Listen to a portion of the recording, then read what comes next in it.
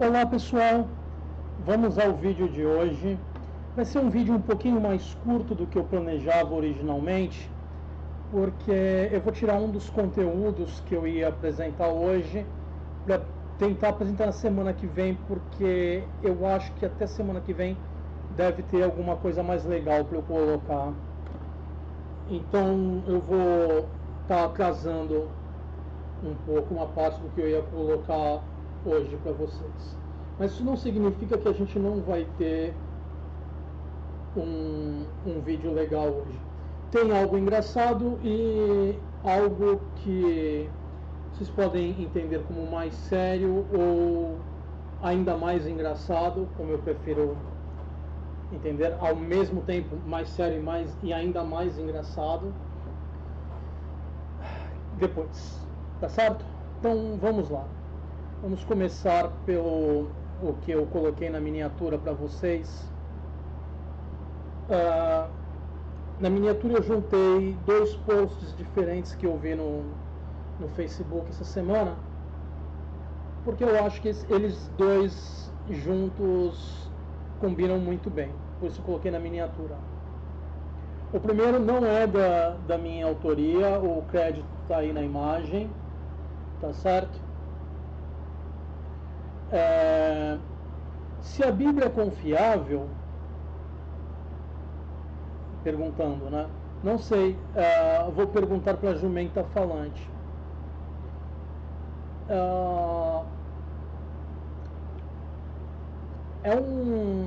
É algo muito interessante, porque a Bíblia ela é repleta de narrativas impossíveis e narrativas que nós podemos muitas vezes demonstrar que são impossíveis ou que são impossíveis logo de cara. É claro que a Bíblia vai dizer que isso foi Deus que fez, é porque Deus quis, e por aí vai, porque é a narrativa bíblica. Enfim, e eu falo isso desde de Gênesis e o mito da criação ali no capítulo 1 de Gênesis até o final do livro do Apocalipse. Sem falar nas coisas impossíveis, você ainda tem muitos conflitos internos e tudo mais. Então eu acho que é bem, além de engraçado, porque você está exagerando a coisa. Ninguém vai tentar procurar uma jumenta falante ou tentar falar com um jumento para conseguir a resposta, apesar de ter algumas pessoas que chegam bem perto disso, de serem os jumentos, como a gente vai ver na imagem que coloquei ali do lado. Vamos lá. O cara chega ali e coloca: o não crente não acredita em lógica. Vamos lá. Lógica não depende de crença.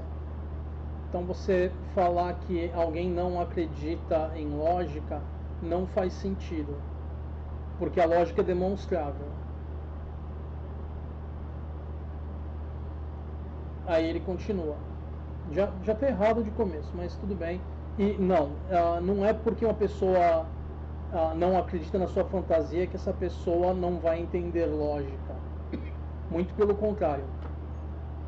Quanto mais você presta atenção na lógica das coisas, mais você percebe que a religião, principalmente a desse cara que adora vomitar asneira, está bem fora da casinha da lógica.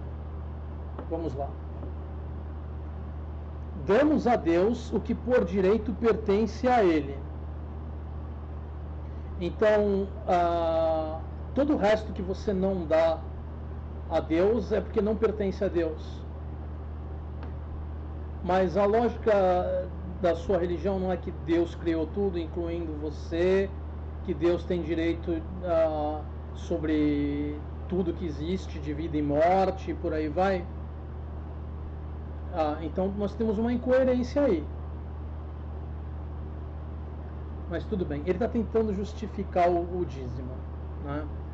Vamos lá. O dinheiro que colocamos na igreja vai para manter as luzes acesas na igreja. Bom, vamos, como esse cara aí é cristão, vamos falar dos cristãos. Em primeiro lugar, a Igreja Católica já roubou tanto dinheiro das pessoas de forma geral que ela não depende mais de doação. Ela tem o banco lá do Vaticano repleto de dinheiro. O trono do Papa também é de um valor exorbitante. É incalculável. Bom, mas vamos com a lógica dele. Para manter as luzes acesas na igreja. Tudo bem. Vamos dizer que, como ele está tentando defender o dízimo, ele provavelmente é um evangélico. No mínimo, ele é protestante. Mas aqui no Brasil, por esse tipo de discurso, é mais provável que ele seja evangélico. Aí vem o outro rapaz ali. Ok, mas Deus pode fazer todas as coisas. Aí o crente concorda ali, claro que sim, ele é todo poderoso. E aí vem o outro rapaz de novo. Então por que Deus não usa seus poderes para manter as luzes da igreja acesas sem pagar a conta? Aí vem o evangélico para finalizar. Satanás, te repreendo em nome de Jesus Cristo, meu Senhor e Salvador. Deus abençoe essa alma perdida por seus maus pensamentos. Essa discussão acabou, bloqueando você. Vocês podem até dizer que isso aqui muito provavelmente é uma conversa inventada que não ocorreu. Mas esse tipo de discurso e essa resposta é algo que é bem comum. Eles tentam justificar alguma coisa que eles fazem de forma lógica, dizendo que quem não acredita não tem lógica, não pensa corretamente ou qualquer coisa do tipo. E aí no final, quando você vai desmembrando o argumento deles, vai respondendo ali usando a lógica na qual o dogma deles opera, você desmonta completamente a coisa toda. E é o que nós vamos fazer aqui. Mas nós vamos fazer nessa próxima imagem, nós vamos desmontar a lógica ateísta usando São Tomás de Aquino, ou seja, um santo canonizado da Igreja Católica e teólogo cristão medieval, tá? Então vamos à imagem primeiro.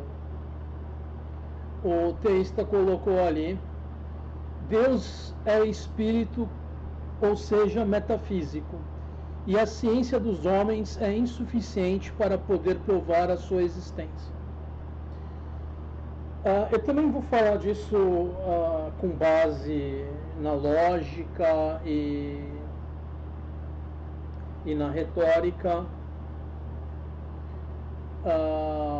e com base na ciência, mas vamos começar com Aquino para começar bem a coisa. Ele está dizendo que Deus é espírito, ou seja, é metafísico, e a ciência dos homens é insuficiente para poder provar a sua existência. Antes da gente poder falar do que é esse Deus metafísico dele, ou espírito, esse tipo de coisa, a gente precisa entender o que é ciência.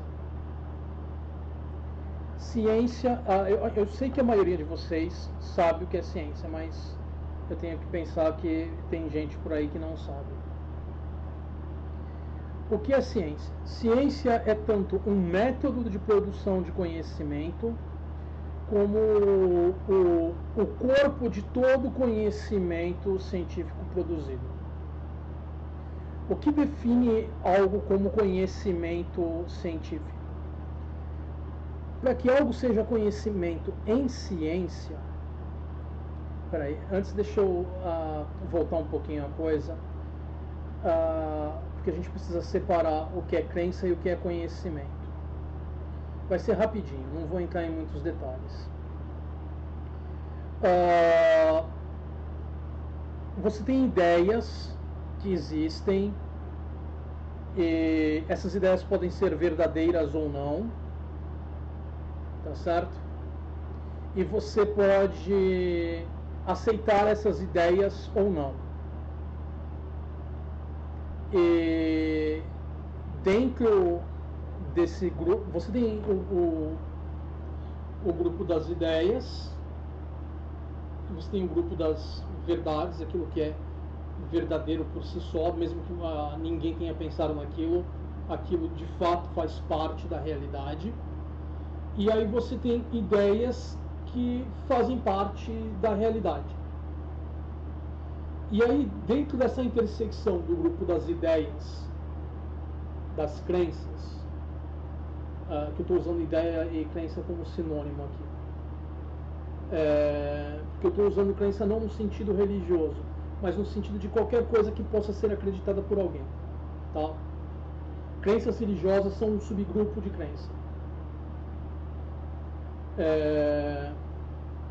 Você tem uma intersecção entre esse grupo das ideias ou crenças e o grupo das verdades, daquilo que é verdadeiro. Dentro dessa intersecção, você tem um subgrupo que é ao mesmo tempo, toda intersecção é ao mesmo tempo uma crença e é verdadeira. Mas dentro dessa intersecção tem um subgrupo que é crença, é verdadeira e pode ser demonstrada como verdadeira, pode ser justificada. Esse grupo é o grupo do conhecimento, daquilo que é verdadeiro, daquilo que é uma ideia, é acreditado e que pode ser justificado. O que é a justificação aí? É você poder mostrar que aquilo é de fato verdadeiro.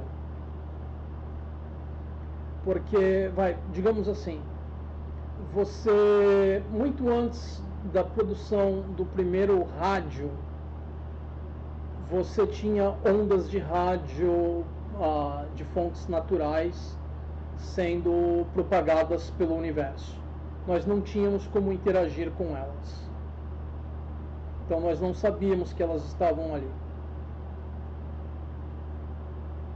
E se você quer acreditar que em algum lugar tem um ET produzindo ondas de rádio em algum lugar, fique à vontade. Não estou aqui para falar disso hoje. Mas enfim, mesmo que nós não soubéssemos que elas estavam lá, elas estavam lá. Mesma coisa a questão da radiação. Antes de nós entendermos que certos minérios emanam um certo tipo de energia e que essa energia tem efeitos, ela pode ser medida, etc. e tal, nós não sabíamos que radiação existia. Hoje nós sabemos. Tá? Nós podemos detectar radiação. Enfim, nós podemos definir e dividir as radiações em tipos diversos, enfim. Mesma coisa com relação ao eletromagnetismo.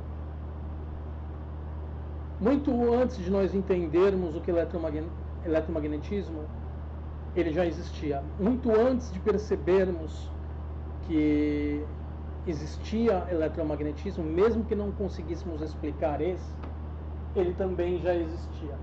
Porque eletromagnetismo é uma propriedade fundamental do universo. Tá? Mesma coisa a gravidade. Muito antes de nós entendermos a gravidade, ela já era parte da realidade, é parte fundamental do universo. Tá certo? Enfim, então conhecimento é uma crença que necessariamente é verdadeira e é justificada. Ou seja, ele precisa ser verdade e ele precisa ser demonstrável como verdadeiro. E aí nós vamos entrar em como a ciência define se algo é justificado ou não.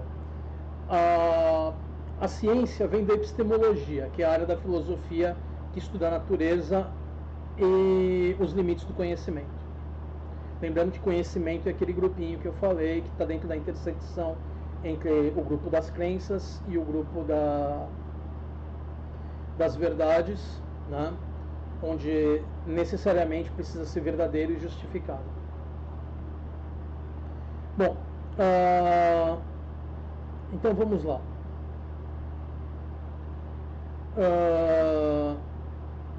Tem quatro crivos que a epistemologia, que é a mãe do método científico, usa para definir o que é conhecimento.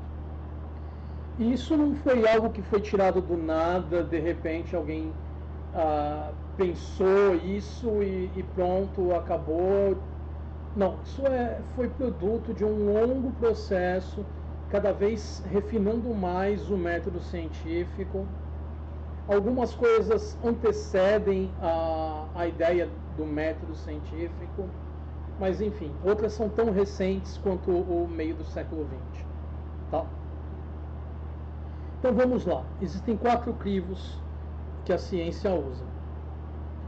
E, pelo menos no momento atual. Pode ser que no futuro alguém venha a pensar um crivo melhor ou refinar esse processo de alguma forma, mas é o que nós temos agora.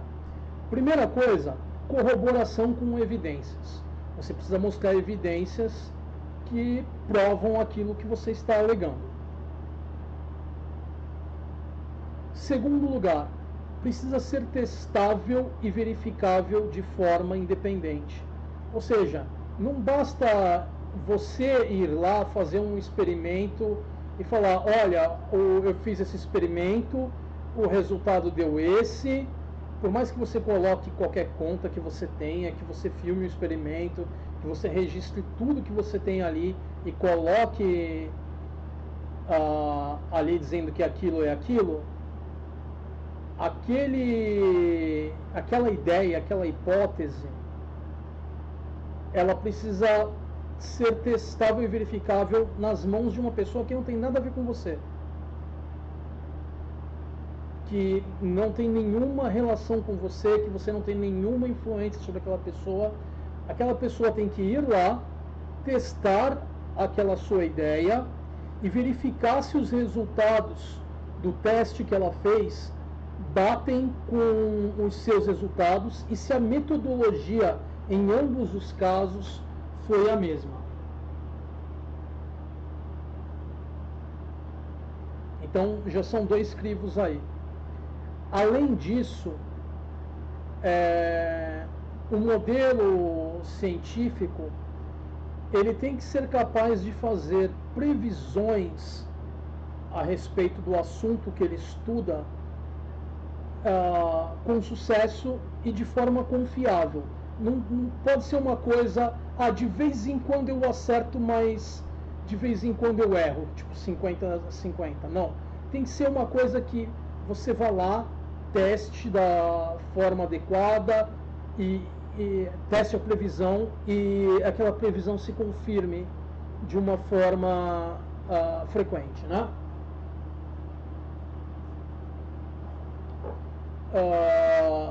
Isso se aplica a tudo isso se aplica a qualquer área da ciência. E aí nós vamos para o último crivo, que foi, eu digo o último porque foi o mais recente a ser criado, que é a falseabilidade, de Karl Popper, um filósofo. O Popper, ele dizia que você tinha que, quando apresentar um modelo novo, você tinha que apresentar alguma forma, ou mesmo sugerir alguma forma de que aquilo pudesse vir a ser provado falso. Uma forma de testar aquilo e verificar se é verdadeiro ou falso. É claro que se for falso vai ser descartado, né? Mas vamos lá. Isso foi no meio do século XX. Mas nós temos um exemplo disso sendo feito em um trabalho acadêmico muito anterior, apesar de que o autor, no caso, fez isso porque ele estava preocupado em demonstrar a veracidade do que ele estava alegando ali. Ele sabia que ia ser uma ideia que para o grande público ia ser dura de aceitar.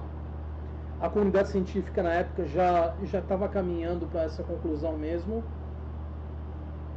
Eu estou falando do Darwin e a teoria da evolução. Na época dele, os cientistas já estavam chegando nesse consenso de que havia um processo de evolução das espécies. Mas na primeira edição publicada do trabalho do Darwin, ele coloca ali, naquela mesma época, a genética estava começando a engatinhar. Os experimentos mendelianos, aquela coisa toda, aquilo era novidade. E o Darwin coloca na obra dele, falando assim, se a minha ideia de que os seres vivos, através das gerações, vão se adaptando ao meio onde eles vivem, e aqueles que não estiverem adaptados ou estiverem menos adaptados vão sendo selecionados para fora daqueles que vão sendo capazes de se reproduzir. Então a genética vai poder demonstrar isso. É a genética que vai demonstrar se eu estou certo ou se eu estou errado. Décadas se passaram, a genética progrediu e a genética confirmou o que Darwin falava. Mas na obra dele, muito antes que isso fosse um requisito, ele sugeriu ali a forma de se verificar se eu estou certo ou errado vai estar na genética. E a genética não é a única forma de demonstrar o Darwin. É uma das muitas. Mas a gente precisa entender bem essas coisas que eu estou falando para entender essa coisa do que ele está falando aqui, de ciência dos homens serem suficiente para provar a existência do amigo imaginário dele. Em termos de retórica tem muitos problemas aí também, mas vamos seguir. Ele está dizendo que a ciência dos homens não pode provar ou refutar a existência do amigo imaginário dele. Agora vamos dar uma olhada no que São Tomás de Aquino, mais uma vez, um teólogo cristão da Idade Média, que foi canonizado pela Igreja Católica. Tá? Então eu não estou trazendo isso do que um ateu falou, não estou trazendo isso de alguma outra religião, eu estou trazendo isso de um teólogo cristão, uma das maiores autoridades em teologia cristã. Tá? Vamos ver se Tomás de Aquino concorda com esse sujeito. Lembrando, Tomás de Aquino, teólogo cristão da Idade Média. O sujeito que fez o post, século XXI, vomitando asneira na internet. São Tomás de Aquino falou numa das obras dele, eu acho que foi Suma Teológica, se eu não me engano. Eu acabei não anotando o livro, mas eu acho que foi no Suma Teológica, mas eu peguei a citação dele. Agora, como não conhecemos a essência de Deus, a proposição não é autoevidente para nós e precisa ser demonstrada por coisas que são-nos mais conhecidas, apesar de menos conhecidas em sua própria natureza, nomeadamente pelos efeitos. Ou seja, São Tomás de Aquino, que é cristão, era cristão, está morto agora, né? Ele era cristão na Idade Média, está dizendo que o ser humano não pode conhecer a essência de Deus. E que a proposição não é autoevidente, ou seja, está completamente contra o que esse cara fala, porque o argumento que ele apresenta aqui é de que seria autoevidente. Deus é espírito, ou seja, metafísico, e a ciência dos homens é insuficiente para provar a existência dele. O que a ciência faz? A ciência examina o mundo natural. Ela examina o mundo natural e elabora modelos para explicar o mundo natural. É essa a área de atuação da ciência. Só que o que Aquino coloca para a gente é que como nós não conhecemos, como nós não podemos conhecer, desculpa, eu tinha me atrapalhado ali, misturei as coisas que eu estava falando.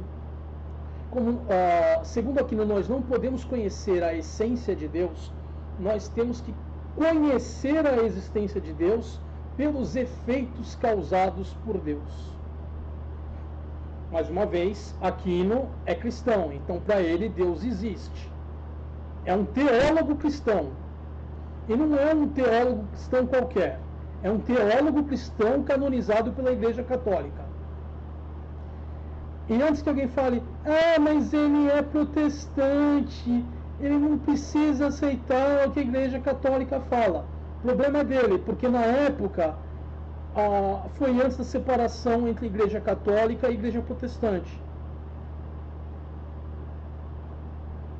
Então, quando Aquino fala isso tanto para católicos quanto para protestantes hoje, para qualquer cristão, porque não tinha essa divisão na época de Aquino.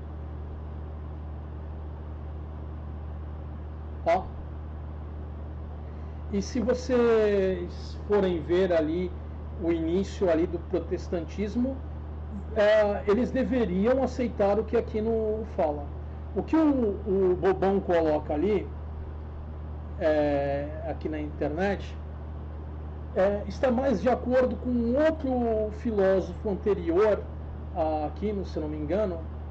Não lembro se era um pouco antes de Aquino, se eles chegaram a viver mais ou menos na mesma época, ou se era bem antes, que era Anselmo. Eu não lembro agora quando Anselmo viveu, mas Aquino respondeu a Anselmo com essa citação, porque Anselmo dizia que Deus existia, pronto, acabou, e você não podia questionar nada.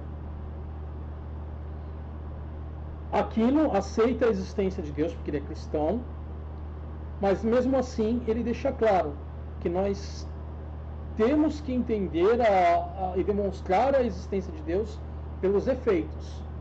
E aonde se dão esses efeitos? No mundo natural. Então, mesmo que esse Deus seja espírito, seja metafísico, que ele esteja fora do universo material, como queira que esses crentes aí queiram alegar que o amiguinho deles ou aonde ele está, etc., ainda assim nós deveríamos poder demonstrar a existência ou refutar a existência dele pelos efeitos. E o que acontece quando nós testamos os supostos efeitos da existência desse Deus? O dogma cristão diz que Deus criou o ser humano, criou o universo, criou os animais e não sei o que lá. Isso condiz com a ciência? Não, não condiz. A ciência tem cada vez mais mostrado que Deus não é necessário para essas coisas. A vida pode surgir sem intervenção de seres mágicos ou sobrenaturais. a origem do universo pode ser explicada sem a necessidade de apelar a seres mágicos ou sobrenaturais. A evolução das espécies é demonstrada sem apelar para seres mágicos ou sobrenaturais. E cada vez que nós explicamos melhor a coisa desse suposto Deus, cada vez mais os crentes movem ele para uma lacuna que ainda não tenha sido explicada. E é isso que esse sujeito fala aí, quando ele fala que é espírito, que é metafísico. Ele está tentando encaixar o amigo imaginário dele num local fora do que a ciência pode examinar, para proteger ele da ciência.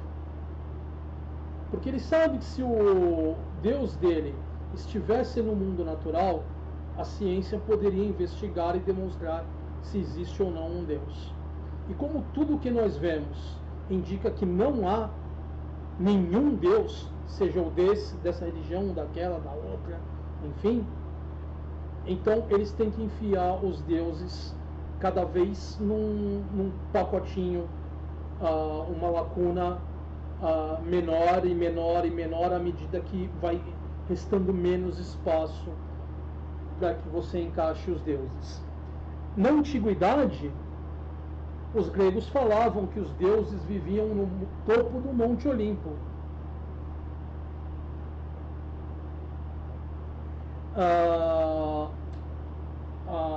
Os 10 mandamentos, o cara teve que subir a montanha para falar com Deus, e ele desceu a montanha com as 2 pedras ali com os mandamentos.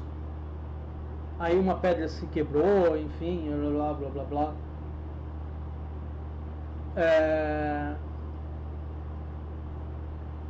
Eu não vou nem entrar no quão ridículo é a coisa,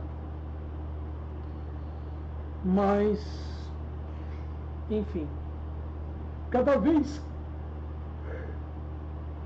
que se pode examinar e testar a existência de algum Deus, esse Deus é movido para um cantinho mais longe. Quando você pode subir ali o Monte Sinai ou o Monte Olimpo e você não encontra Deus nenhum, então a gente precisa dizer que não é literalmente no topo da montanha. Eles estão nos céus. Aí o homem inventa o balão, inventa o avião e começa a transitar pelos céus. Então não é bem o céu, vamos colocar ele além das nuvens, além da atmosfera. Aí o homem vai lá e manda o primeiro homem para o espaço, Yuri Gagarin. Nenhum Deus. Aí o homem vai lá de novo e manda o homem para a Lua. De novo, nenhum Deus. Nenhum domo de gelo que os terraplanistas e criacionistas muitas vezes alegam. Enfim.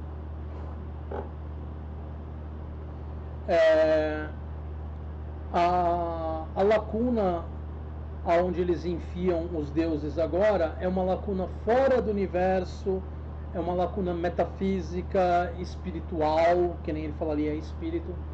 Ele define o que é espírito? Não. Mas se Deus é espírito e Deus é capaz de agir no universo, porque segundo eles Deus fez isso, fez aquilo e fez o outro, então Deus é capaz de interagir com o mundo físico. Se Deus é capaz de interagir com o mundo físico, então ele pode ser mensurado, porque essa interação deveria ser mensurada, ser passível de mensuração. Nós temos alguma mensuração que indique a existência de Deus? Se alguém tiver, por favor, apresente. Eu sei que a Igreja Católica, as igrejas protestantes ficariam muito felizes com isso. porque você acabaria definitivamente com qualquer dúvida de que a religião deles é a verdadeira. Os muçulmanos ficariam felizes, os judeus ficariam felizes também. Se você demonstrar a existência do Deus de Abraão, só esse Deus em específico, você já deixa 90 e tantos % da humanidade feliz. Não sei agora a porcentagem exata, mas tá por aí. Entre, sei lá, 80 e tantos, 90 e tantos. Porque são as religiões mais populares, né? Principalmente o cristianismo e o islamismo. Enfim, mas não é o número de seguidores que determina se uma religião é verdadeira ou não. Tá? Isso pode determinar se uma religião acaba ou não, por causa de guerra. Mas não determina se aquela religião é verdadeira. Porque a crença não é uma forma confiável de se determinar a veracidade de uma ideia, de uma alegação. Um exemplo disso é a ideia de Papai Noel. Pelo mundo inteiro nós temos crianças que sinceramente acreditam em Papai Noel, acreditam no trenó voador puxado por renas, acreditam na fábrica de brinquedos no Polo Norte, nos elfos que trabalham nessa fábrica de brinquedos, em que o Papai Noel distribui brinquedos pelo mundo todo, e ficam comovidas ao sentar no colo de um sujeito vestido de Papai Noel num shopping center, e por aí vai. Então essas crianças sinceramente acreditam em Papai Noel. Papai Noel é real? Não, não é.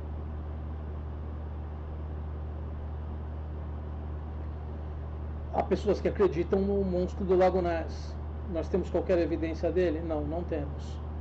Muitas pessoas acreditam no Pé Grande e no Chupa-Cabra. Nós temos evidências deles? Não, não temos. E Chupa-Cabra, Pé Grande, o monstro do Lago Ness e Papai Noel são muito mais plausíveis do que os deuses de qualquer religião. Bom, então nós falamos aí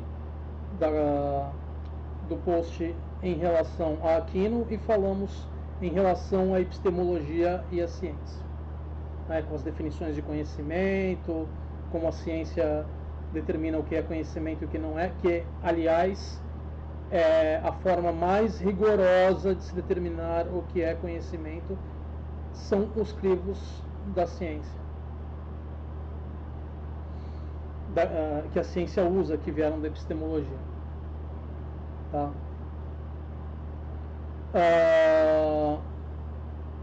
Agora vamos falar da retórica. O que nós temos aí é um ad ignorantiam. Ele não sabe, logo, tal coisa. Porque ele fala que Deus é espírito, ou seja, é metafísico, e se ele diz que a ciência não é suficiente para provar a existência de Deus, então ele não tem como provar a existência de Deus, porque a ciência é o método mais confiável para se determinar a veracidade de qualquer coisa no mundo natural. E se está além disso, e se nós não podemos usar a ciência para mensurar isso de qualquer forma, então é um ad ignorantiam, porque ele não pode ter conhecimento a respeito. É só a crença dele. E crença, como eu já acabei de falar para vocês, acaba no mesmo problema do Papai Noel. Você pode ter pessoas que acreditam sinceramente que algo seja verdadeiro e esse algo não é verdadeiro.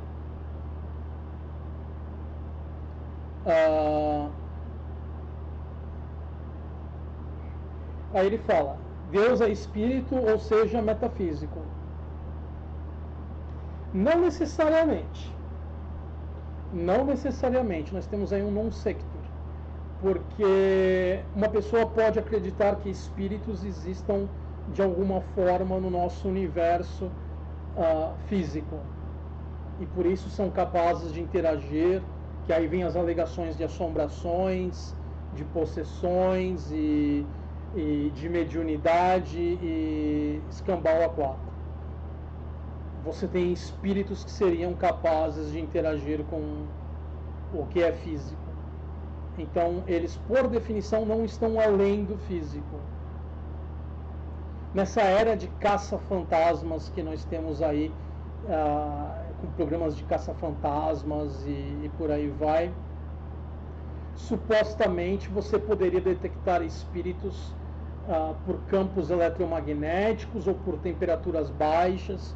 Isso é o que os pseudocientistas aí que fazem esse tipo de coisa alegam. Então, mais uma vez, nesse contexto, espírito seria físico, não metafísico, porque você pode verificar a existência deles de uma forma física. Mesmo que você não possa ver diretamente eles, tem aqueles que acreditam que você pode tirar fotografia ou pode gravar vídeo de espíritos. Aí, se essas coisas são farsas ou não, é assunto para uma outra história. A gente se alongaria demais aqui hoje para falar desse tipo de coisa. Então, logo na primeira frase dele, nós temos um apelo à ignorância, ad ignorantiam, e non sector, não se segue. Porque ele diz que Deus é espírito, essa é a premissa 1 dele, e a conclusão é, logo ele é metafísico, ele está fora do, ele está além do universo físico. Vamos lá. E a ciência dos homens é insuficiente para provar a sua existência. Se o Deus dele interage com o mundo físico, como ele alega que interage, porque ele é cristão, e segundo o dogma cristão, ele criou o universo, ele fez um filho numa mulher que se tornou a versão 2.0 dele, ele inspira pessoas a escrever livros que foram compilados para contar a história dele, enfim, se manifesta em arbustos flamejantes que falam, se manifesta em jumentas para falar, manda anjos falarem com as pessoas que ele vai fazer um filho naquela pessoa, enfim. O dogma cristão diz em mais de um momento que esse Deus interage com o mundo físico. Não apenas ele interage, como o dogma cristão diz que esse Deus se fez físico e viveu uma vida de algumas décadas, depois morreu por 3 dias, e aí ressuscitou e voltou a ser não físico.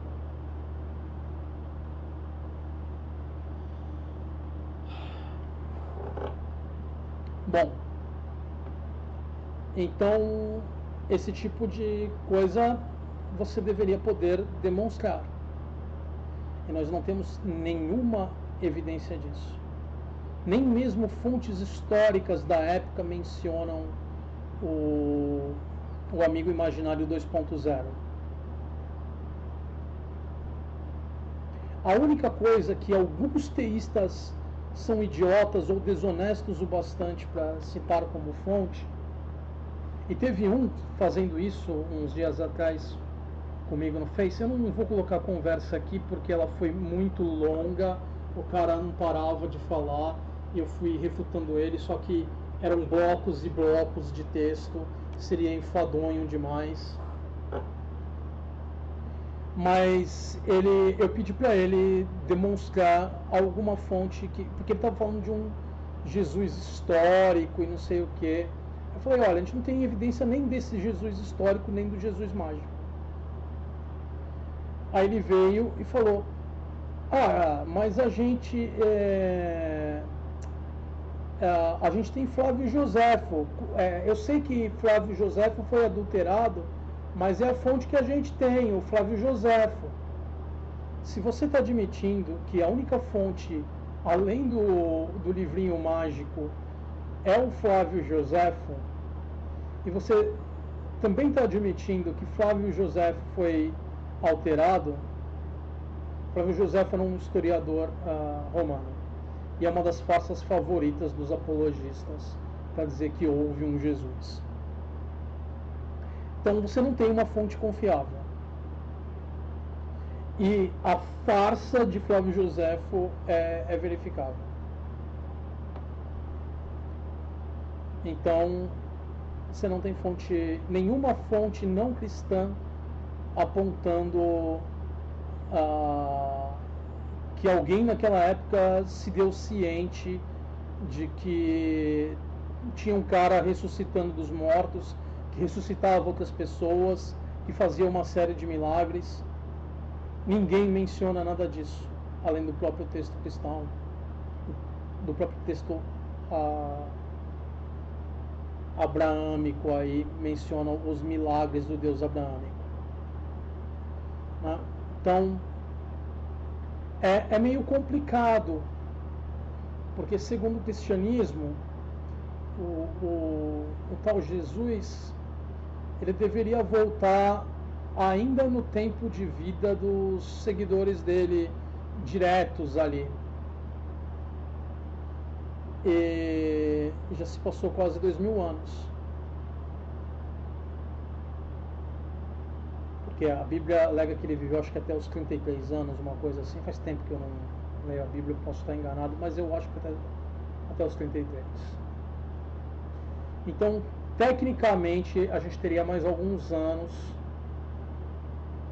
até completar os 2000 anos. Mas que esconde é esse? A gente não precisa ir tão longe quanto esses quase 2000 anos para isso. Nós temos a alegação lá do milagre de Fátima, que foi visto por milhares de pessoas.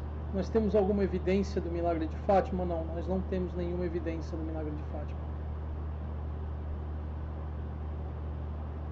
A própria existência de milagres deveria demonstrar a existência de Deus, só que nós não conseguimos demonstrar a existência de milagres, porque cada vez que a gente vai lá e examina, você acaba descobrindo que tem uma causa natural para aquilo. Saindo do cristianismo,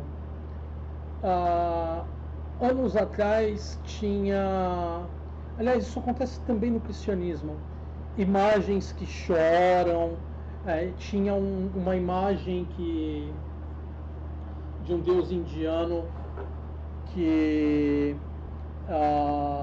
bebia leite, um deus indiano, esqueci o nome dele agora, que é o deus da sabedoria, que remove os obstáculos e coisa assim. Ele tem uma cabeça de elefante, e quando as pessoas pegavam uma colher com leite e colocavam na tromba do elefante, o leite sumia. Por que o leite sumia? Por ação capilar. Se você não sabe o que é ação capilar, é um processo físico, dá uma olhadinha na internet, física, ação capilar, e você vai ver uma fonte provavelmente melhor para tratar do assunto do que eu, que não sou físico. No caso de imagens cristãs, várias imagens, inclusive em igreja, de santos e de Nossa Senhora que choravam, e teve um dos casos ali que as pessoas coletavam água para beber e não sei o que e tal, como se ou usavam como se fosse água benta, e aí no final descobriram que tinha um sanitário que estava vazando água, e era essa água que estava vertendo da imagem. Eu não sei se era o cano que alimentava o sanitário, ou se... Eu acho que era o cano que alimentava o sanitário, porque para estar pingando constantemente. Então é ligeiramente menos pior do que ser a água que saiu do sanitário. É ligeiramente menos pior. porque ainda assim pode estar contaminada de alguma forma, né? Porque passou por coisas que podem estar sujas ou não, enfim. Então é meio complicado. A proporção com que milagres foram registrados na história foi diminuindo à medida que melhorava a nossa capacidade de examinar e registrar os tais milagres. Quanto mais nós aprendemos do mundo natural, menos mágico, menos milagroso esse se tornou. Enfim, aí ele coloca ali: a ciência dos homens é insuficiente para provar a existência de Deus. Não, isso é uma inversão do ônus da prova. Quem tem que provar que existe esse Deus é quem acredita nesse Deus, porque o ônus da prova pertence a quem faz a alegação. Se você está alegando que existe um Deus, cabe a você demonstrar a existência desse Deus e a identidade desse Deus. A invenção de fatos é outra falácia que ele comete aí, que a ciência seria insuficiente para provar a existência. Não, a ciência seria suficiente, porque segundo uma das maiores autoridades cristãs de todos os tempos, nós percebemos a existência de Deus pelos feitos de Deus. São Tomás de Aquino, teólogo cristão medieval e santo da Igreja Católica cristã, antes dela se separar em católica e protestante. Tá certo? Os protestantes, mesmo que eles se recusem a acreditar que Tomás de Aquino seja um santo, e eu não tenho motivos nenhum para acreditar que ele tenha sido um santo, muito pelo contrário, a moralidade dele é muito questionável, eles ainda precisam aceitar que ele foi um teólogo cristão importante na história da crença cristã. Sem Aquino, provavelmente você não teria futuramente, séculos depois, a postura de Lutero, porque o pensamento vigente ainda seria o de Anselmo. E aí nós temos esse sujeito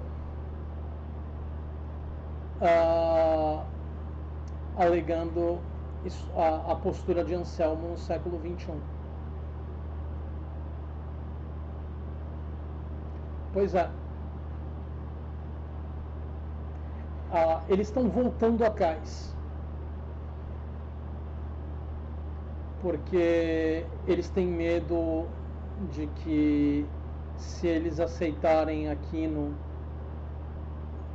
de que você deve demonstrar a existência de Deus a partir dos efeitos desse Deus, eles estão com medo de que isso vai mostrar que não há Deus.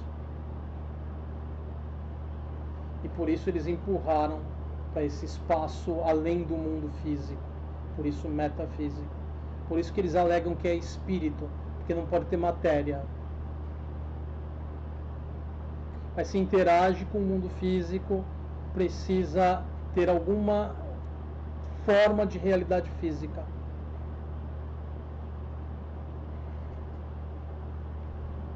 Bom,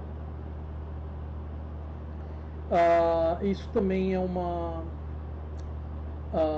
falsa declaração ou falsa proclamação de vitória, né?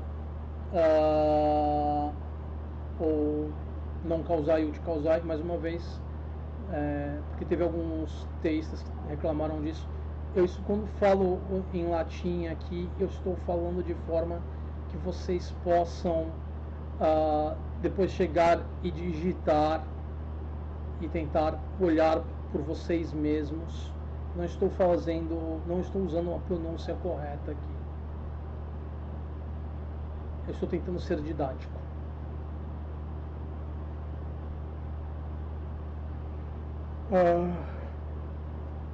E aí nós temos também a alegação especial e a alegação do princípio.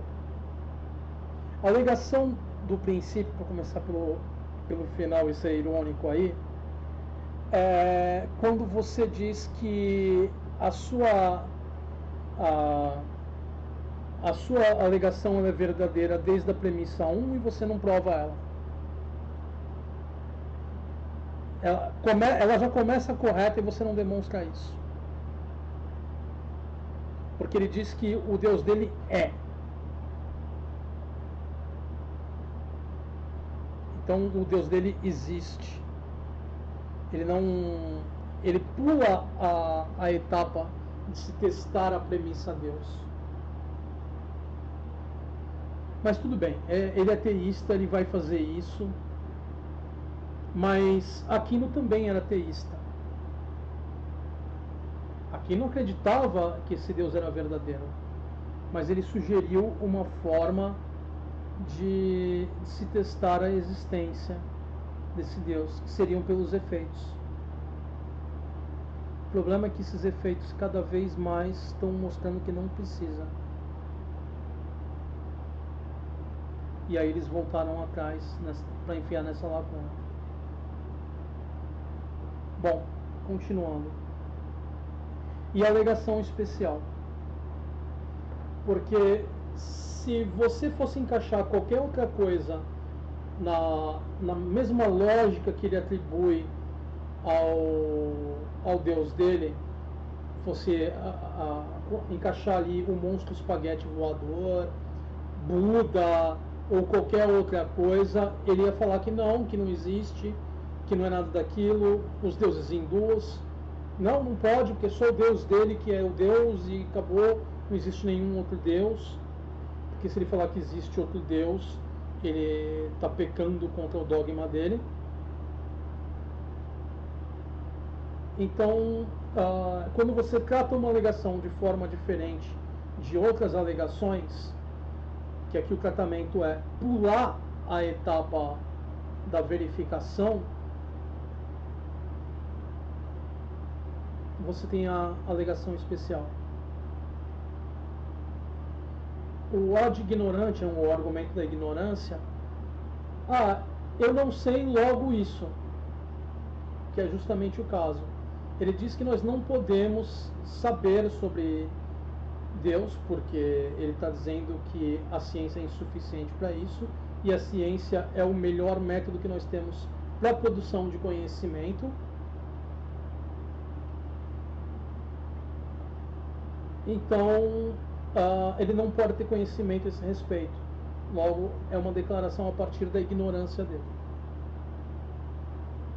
E é um caso em particular de argumento da ignorância, ou ad ignorantiam, chamado Deus das lacunas, que é o que eu já expliquei antes. Cada vez mais os religiosos enfiam Deus numa lacuna menorzinha para evitar aquelas coisas que nós já demonstramos que não necessitam desse Deus.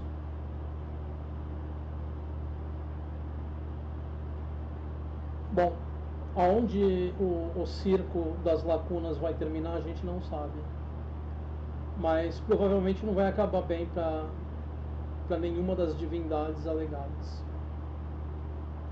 Tá certo? Na próxima semana a gente vai ter, provavelmente, se nada drástico acontecer,